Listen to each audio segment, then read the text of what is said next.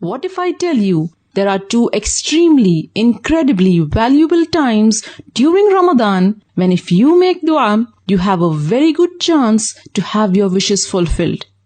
Wow. So listen up.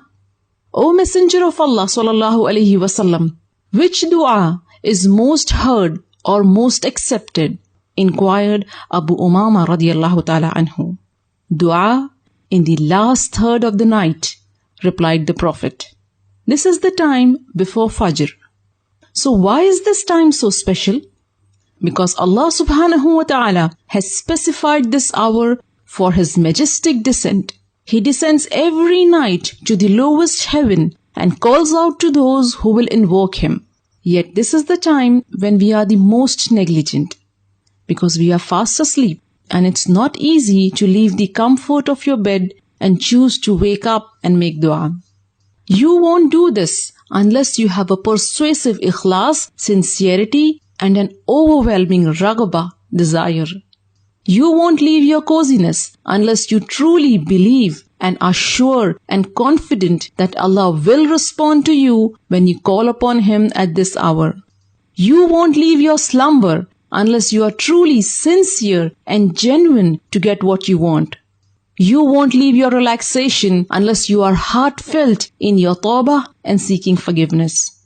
So when you display this unwavering ikhlas and raghbah and abandon your bed to invoke your Rabb at this time, Allah promises a sure, positive response to your call. He comes down to the lowest heaven and says, "Who will call upon me so that I may answer him?"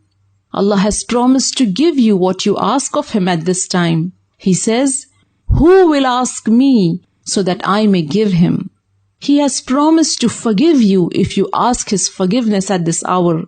He says, "Who will seek my forgiveness so that I may forgive him?" So this is an incredibly honorable and special time which you should not miss. At least not during Ramadan, because the virtues of this great month make this hour more special and virtuous. And surely it is easier to catch up with this time during Ramadan than outside it, because you do get up for suhoor, don't you? Pre-dawn meal is a sunnah. And the Prophet ﷺ encouraged taking suhoor.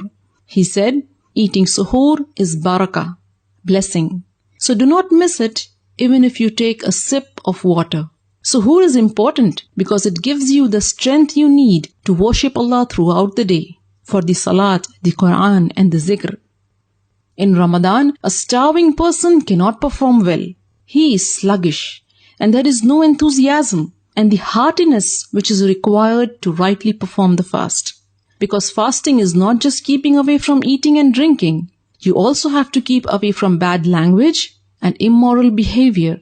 Allah's Messenger ﷺ said, if one of you is being cursed or annoyed, he should say, "I am fasting, I am fasting."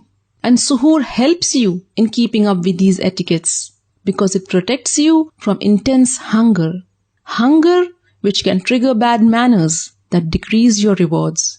So make sure you wake up for suhoor, rather a few minutes earlier, and schedule some time for dua and istighfar. And let me tell you something that will make you even more eager to make dua at this precious time. In the Quran, when Allah praised His believing slaves, those who will enter Jannah and live therein forever, He mentioned that one of their distinctive qualities is that they used to seek forgiveness before dawn. And in the hours before dawn, they were asking Allah for forgiveness. And the other valuable opportunity for dua arrives just before Maghrib. When you are hungry and thirsty and you feel your weakest, you realize how vulnerable you are, how weak you are without just the daily basic needs which Allah provides for you.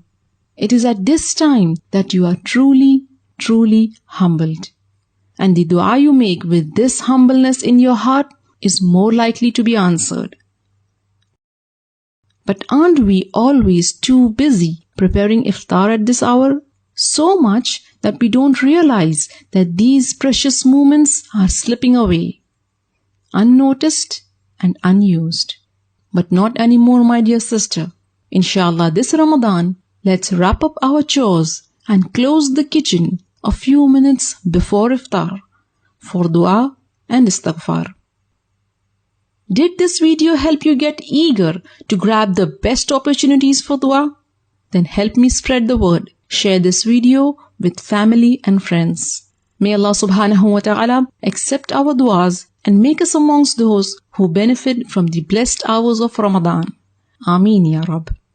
For more Islamic videos, subscribe to the Striving Muslimah YouTube channel or get yourself to thestrivingmuslimah.com and subscribe to the mailing list. I will keep you updated about all the latest videos and interesting articles at the Striving Muslimah blog, where every striving Muslimah nurtures her Islamic identity and builds confidence.